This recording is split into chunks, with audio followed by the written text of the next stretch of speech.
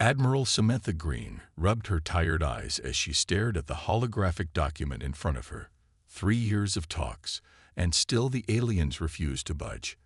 The conference room on Neutral Station 7 hummed with quiet conversations in a dozen different languages. Some of those languages needed special devices to even be heard by human ears. Sam looked across the massive round table at the Arcturian delegation.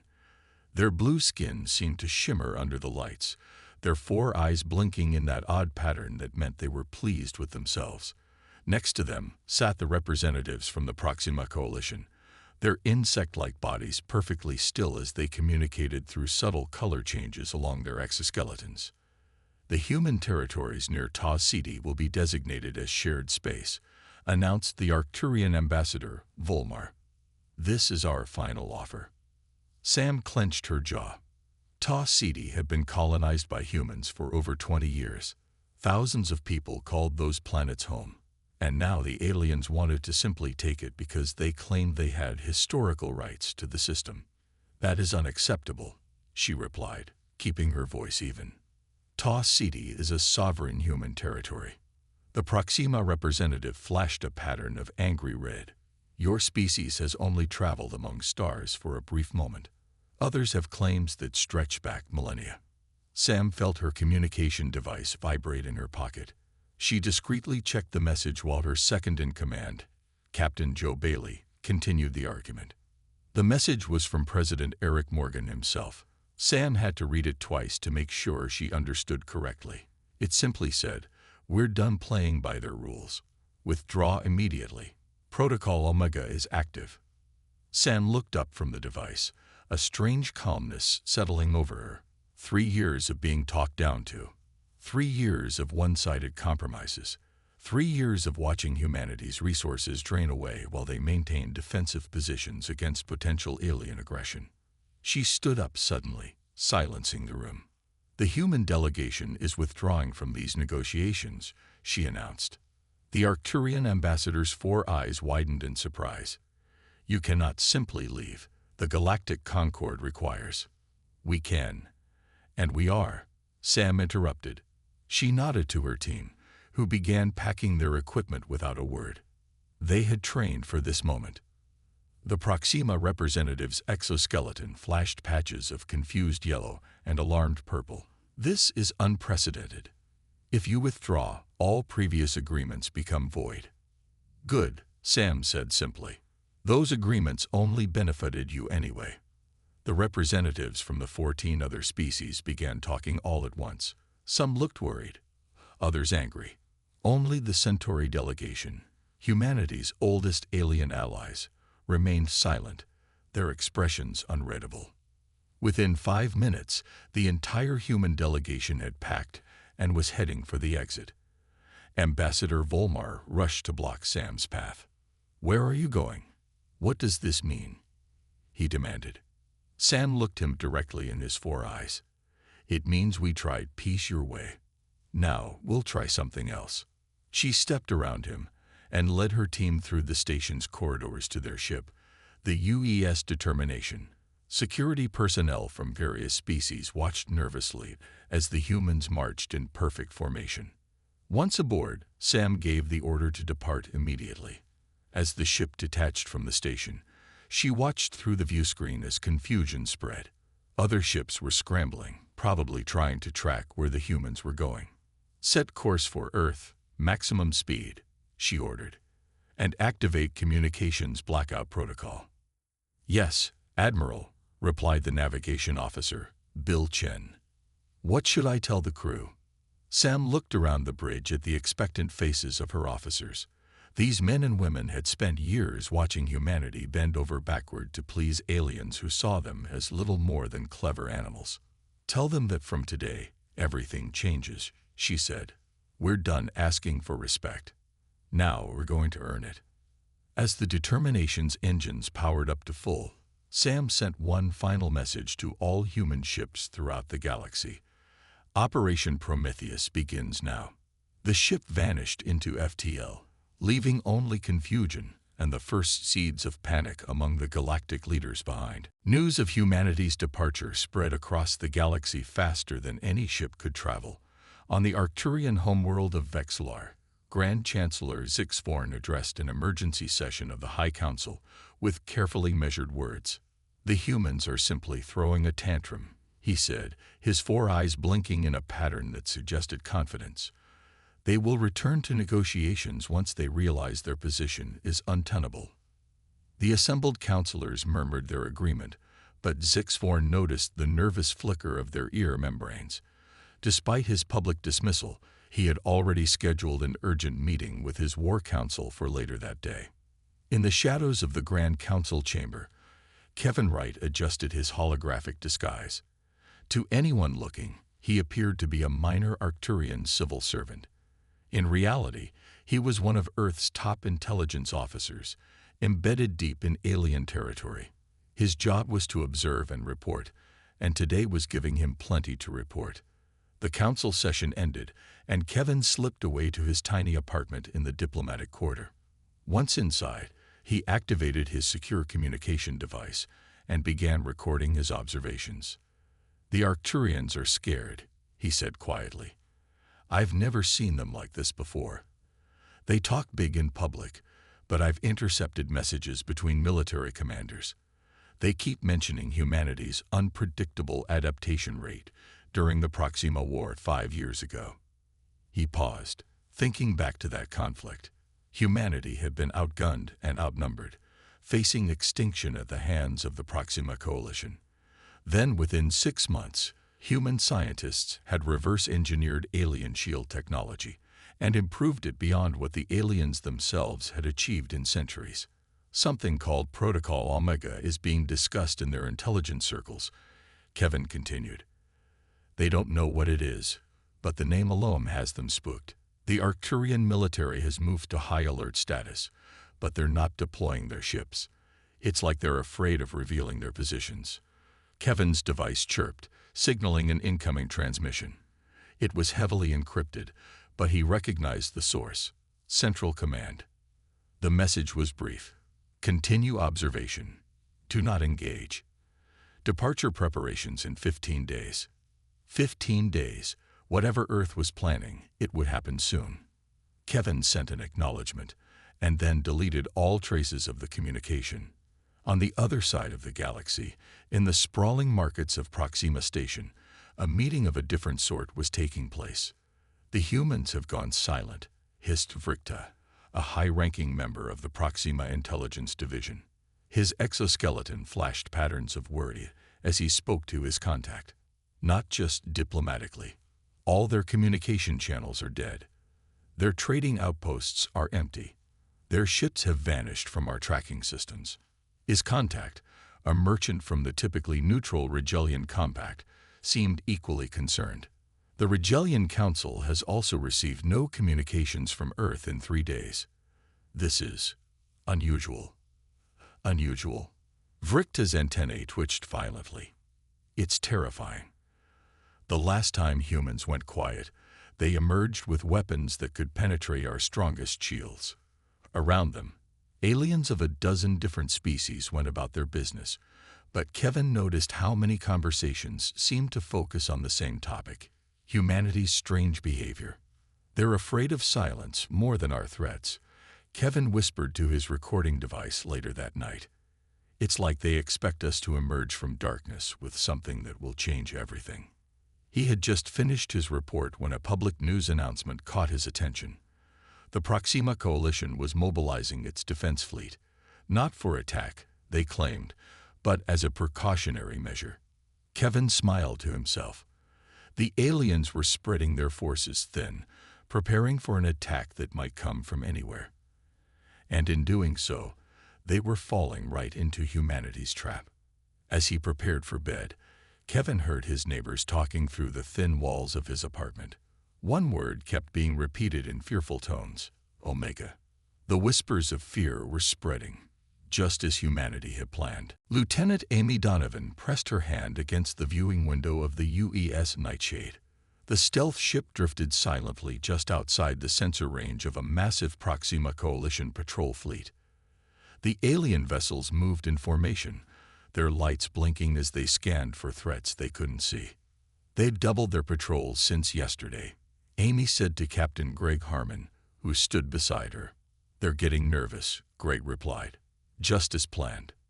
The Nightshade was one of 30 stealth vessels deployed throughout alien territory. Their mission was simple: watch and wait. The ships were equipped with the latest cloaking technology, making them nearly impossible to detect. Incoming transmission from command, called out the communications officer, Kelly Mason. Text only. Amy moved to her station and read the message. Continue shadow operations. Report fleet movements. Do not engage unless detected. Earth had gone completely dark 7 days ago. All standard communication channels were silent. Trading outposts were abandoned. Human ambassadors had disappeared from alien worlds. It was as if humanity had suddenly decided to vanish from the galaxy. But they hadn't gone far. They were watching and waiting. Another sighting report from Sector 7, Kelly said. The Arcturians are claiming they spotted a human vessel near their weapons facility on Doran IV. It appeared for 10 seconds and then vanished. Greg smiled. That would be the Spectre. Captain John Harris always did like to show off. The strategy was working perfectly. Human stealth ships would deliberately allow themselves to be spotted for just a few seconds near strategic locations, then disappear again.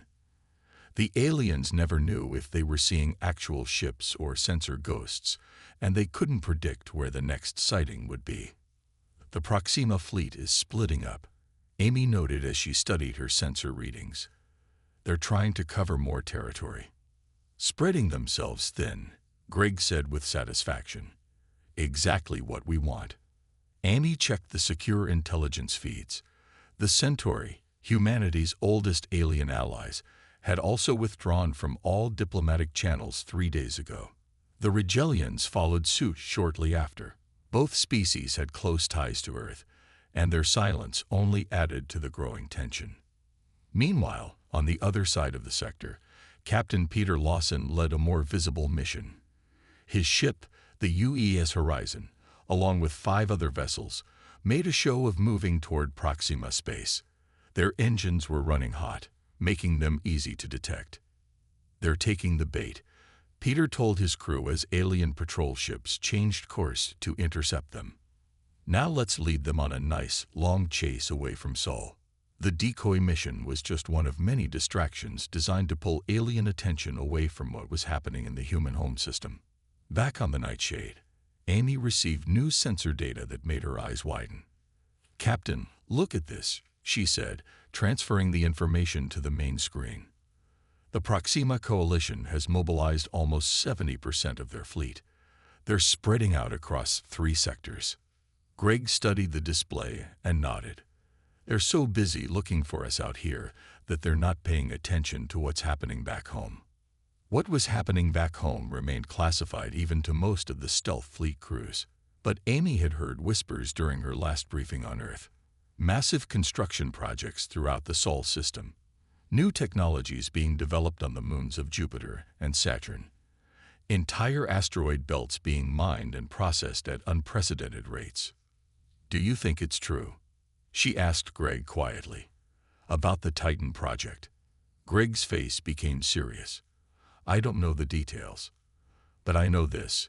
We wouldn't have walked away from those peace talks unless we had something that changes everything.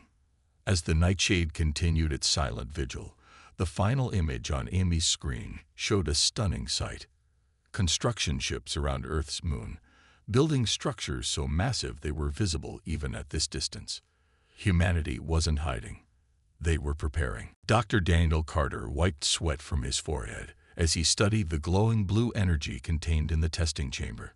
The hidden facility deep beneath the surface of Titan was a maze of laboratories and testing areas, all focused on one goal: harnessing dark energy in ways the aliens had always believed impossible. Power levels are stable at 97%, called out his assistant, Mia Patel. That's 15% higher than yesterday's test. Daniel nodded, his tired eyes never leaving the monitoring screens. He hadn't slept more than 4 hours a night for the past month. None of the scientists had. They knew what was at stake. If we can push it to 99%, the field will be self-sustaining, he said. Run the calculations again for the containment matrix. Around them, dozens of engineers worked frantically at various stations. Some were testing materials that could withstand the enormous energies they were generating. Others were designing the systems that would allow the technology to be installed on ships. All of them knew they were racing against time. In the upper levels of the facility, General Olivia Martinez watched the scientists' progress on a large display. As the military leader in charge of Project Titan, she was responsible for turning their discoveries into a strategic advantage. How soon until we can begin installing the Prometheus drives on the fleet? She asked the project manager beside her. The first prototypes are already being fitted to the UES Defender, he replied. If Dr. Carter's team can stabilize the field today, we can begin mass production within 48 hours. Olivia nodded. And the defensive applications? The shield technology is actually ahead of schedule. We can deploy the first planetary defense grid around Earth by tomorrow. This was the secret that humanity had been working on during the 3 years of fake peace talks. While their diplomats pretended to negotiate, their scientists had been reverse engineering alien technology and making breakthroughs that would change the balance of power forever. The new technology didn't just improve existing systems, it completely transformed them. The Prometheus drive would allow human ships to travel faster than any alien vessel. The defensive fields could block any known weapon, and the new communication systems could not be intercepted or jammed. In the communications center, specialist Lisa Brown monitored the encrypted channels between Earth and the hidden facility. Her job was to make sure no information leaked out. As she scanned the frequencies, something caught her attention. "General Martinez," she called out. "I'm detecting unusual signals near the outer markers. Pattern suggests possible alien scout ships." Olivia frowned. "Can they detect us through our shielding?" "I don't think so," Lisa replied. "But the energy signature from the last test might have created a brief flare in the background radiation." "Alert the defense platforms," Olivia ordered. "And tell Dr. Carter we need to accelerate the timeline." Down in the main lab, Daniel received the message with a grim expression. They were running out of time. "We need to go to full power now," he told his team. "Mia, initialize the primary matrix. Ben, bring the containment field to maximum capacity." The scientists moved with practiced efficiency, each knowing their role in this critical moment. "Primary matrix online," Maya reported. "Containment field at maximum," Ben added. Daniel took a deep breath and entered the final command. The blue energy in the chamber pulsed, growing brighter until it was almost painful to look at. Then, suddenly, it stabilized into a perfect sphere of swirling light. "It's working," Daniel whispered. "Power level at 99.8% and holding." A cheer went up from the exhausted scientists. After years of work, they had succeeded. The Prometheus drive was ready. In her command center, Olivia Martinez sent a single message to Earth. "Titan project complete. Operation Prometheus can proceed to Phase 2. The countdown had begun. Soon, the galaxy would witness what humanity was truly capable of. The aliens never saw it coming. Without warning or declaration, human ships appeared simultaneously at 12 key outposts across Arcturian and Proxima space. The defensive fleets scrambled to respond, weapons charging and shields raising. But the humans didn't fire a single shot. Commander Ryan Phillips stood on the bridge of the UES Valiant, watching as his ship dropped out of FTL directly above the Arcturus command station. The massive space structure controlled all military communications for this sector of the alien empire. "We're in position," Commander reported his navigation officer, Linda Parker. "Their defense grid is activating." Ryan nodded calmly.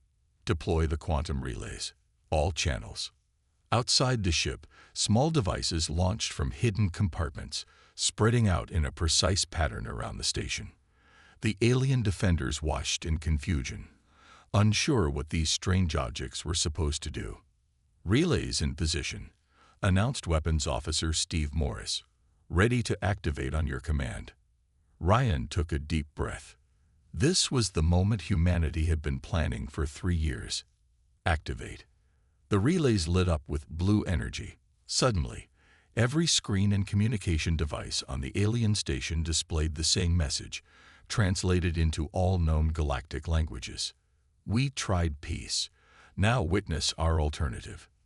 Similar scenes played out across the galaxy as human ships deployed the next-generation quantum communication relays near key alien installations. These weren't weapons in the traditional sense. They were something far more powerful.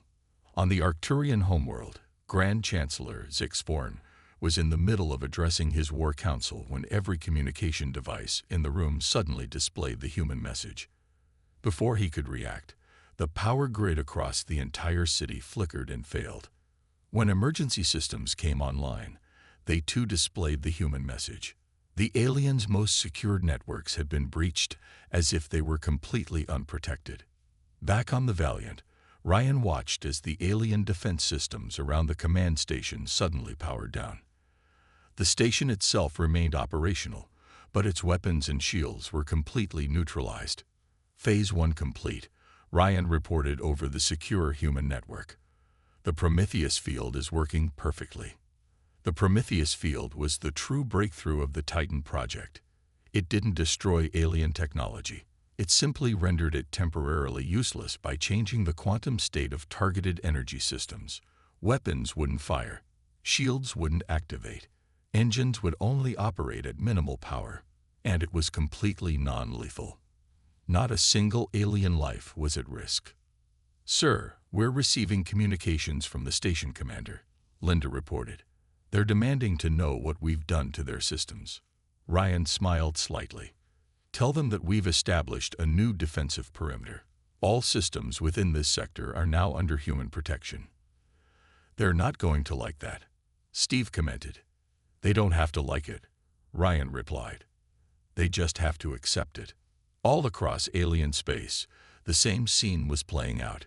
Human ships establishing new boundaries far beyond their previous territories. The quantum relays creating zones where alien military technology simply wouldn't function against humans. On the Proxima Coalition's main military base, Vrikta, the head of defense, watched in horror as reports flooded in from across their territory. Human ships were appearing everywhere, deploying strange devices that somehow neutralized their most advanced systems. "How is this possible?" he demanded. Their technology was barely half as advanced as ours just 3 years ago. A junior officer's exoskeleton flashed patterns of fear. They weren't negotiating for peace, the officer realized. They were buying time. As the human ships completed their deployment, Admiral Samantha Green sent a message from Earth to all human vessels. "Operation Prometheus Phase 1 complete. Establish defensive perimeters and prepare for Phase 2. Humanity had changed the rules of the game. The aliens had always held the technological advantage. Now, in a single coordinated strike, that advantage had vanished. And this was only the beginning. News spread across the galaxy faster than any ship could travel. On every planet, moon, and space station, beings of all species watched their screens in shock as humanity revealed its true power. The galactic media networks buzzed with reports, analysis, and speculation. No one had expected this. Admiral Jack Nelson stood in the center of Earth's main broadcast center, surrounded by advanced communication technology. At 62 years old, he had fought in humanity's first contact war and had watched his species struggle for respect ever since. Today, that would change. "We are ready to transmit, Admiral," said the broadcast director, Frank Cole. "This will reach every corner of known space." Jack nodded and straightened his uniform. "Begin transmission." His image appeared on screens across thousands of worlds, the signal impossible to block or trace. He spoke clearly and confidently, his words translated into every known language simultaneously. To all galactic species, I speak on behalf of humanity and the Sol System Alliance. For 3 years, we participated in what you called peace negotiations. Those talks were never about peace. They were about keeping humanity contained, limiting our growth, and preventing us from claiming our rightful place among the stars. Across the galaxy, alien leaders gathered in emergency sessions, watching the human admiral with growing alarm. While our diplomats sat at your tables and listened to your demands, our scientists and engineers worked. What you have witnessed today is the result of that work. The Prometheus field technology now deployed throughout our claimed territories represents only a fraction of what we have developed. On the Arcturian homeworld, Grand Chancellor Zixforn's 4 eyes widened as Jack continued. I will be clear about what happens next. Humanity was never negotiating for peace. We were buying time. Time to develop technologies that have now rendered your weapons obsolete within our spheres of influence. Time to build defense systems that cannot be breached by any known method. Time to secure our future without your permission or approval.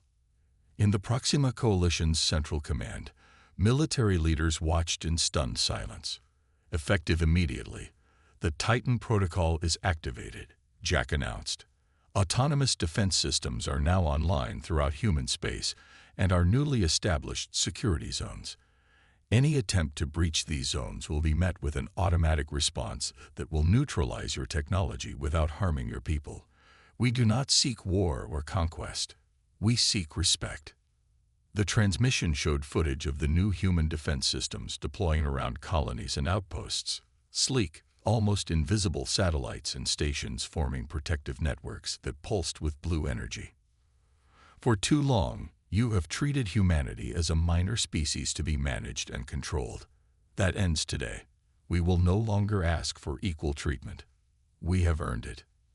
As Jack spoke, diplomatic channels across the galaxy exploded with activity. Species that had previously aligned with the major powers were suddenly reaching out to Earth, seeking new agreements.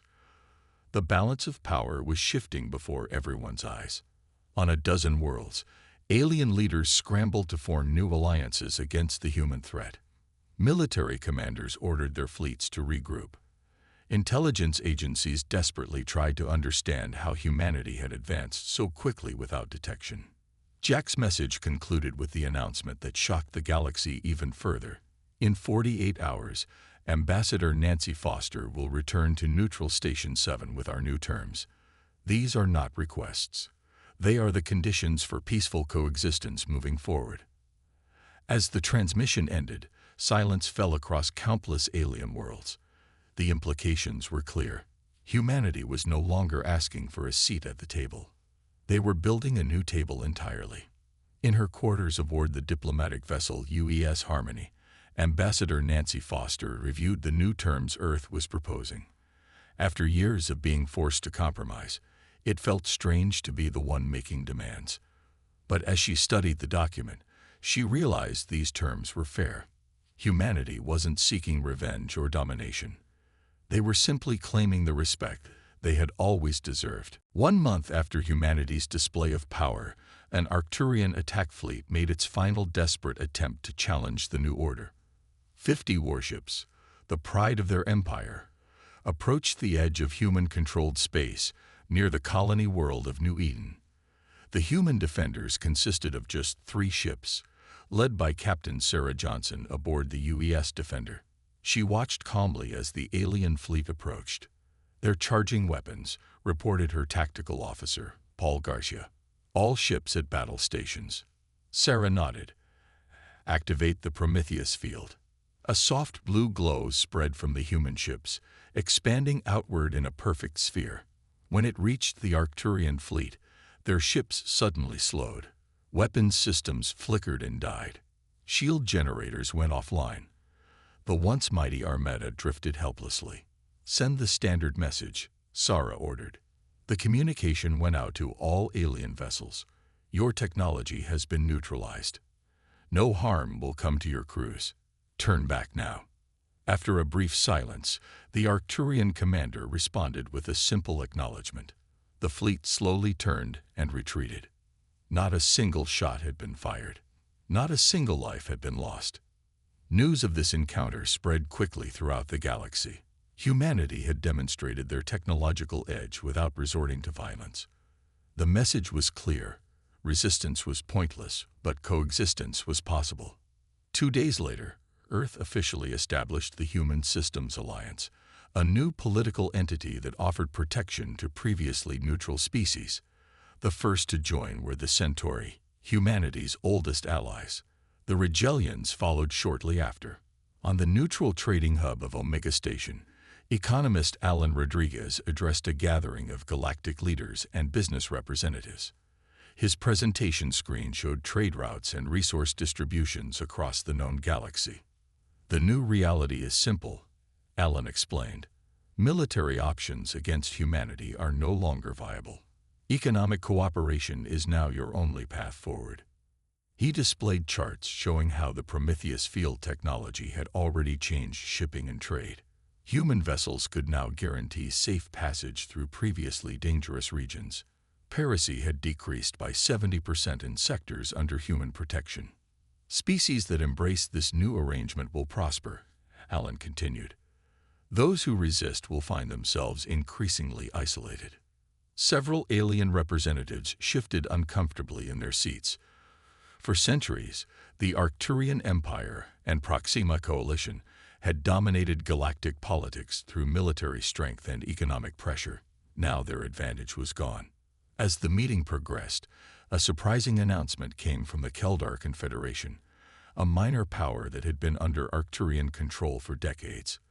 Their representatives stood and formally requested entry into the Human Systems Alliance. This triggered a wave of similar declarations. By the end of the day, 7 previously subjugated species had broken away from their rulers to seek human protection. In the Grand Council chamber on the Arcturian homeworld, Grand Chancellor Zixvorn faced the most difficult moment of his career. Before him sat the full council, waiting for his decision on the human demand to recognize their sovereignty over the disputed territories near Ta City. "We have no choice," Zixvorn finally admitted, his 4 eyes blinking in patterns of resignation. "The humans now hold the technological advantage. We must accept their terms." The council chamber erupted in angry shouts and protests, but Zixvorn raised his hands for silence. "This is not surrender," he insisted. "It is adaptation. The humans do not seek our destruction. They seek recognition. We can give them that while preserving our empire." Across the galaxy, similar scenes played out as the old powers adjusted to the new reality.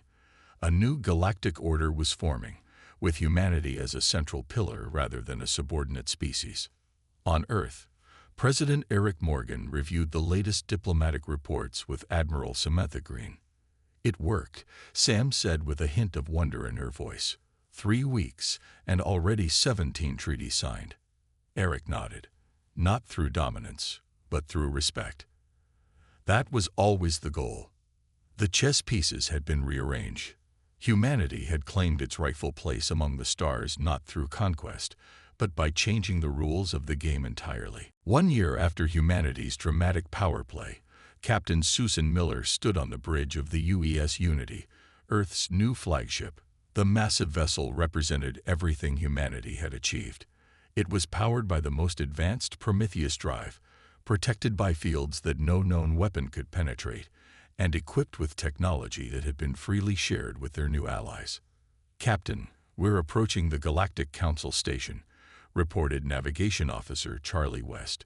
"We're cleared for primary docking." Susan nodded. "Take us in slowly. This is a historic moment. Let's make it look good." The Unity glided gracefully toward the massive space station that had been built as a symbol of the new galactic arrangement. Representatives from 27 species waited inside for the opening of the first truly equal council meeting in galactic history. The past year had seen remarkable changes. After the initial shock and resistance, the galaxy had stabilized under a tense but functional new arrangement. Human technology was now being selectively shared with cooperative species. Former enemies were cautiously working together under the new framework. It's strange to think that just a year ago, We were being treated as barely tolerated newcomers, Susan said to her second-in-command, Mike Baker. Amazing what a little technological revolution can do, Mike replied with a smile.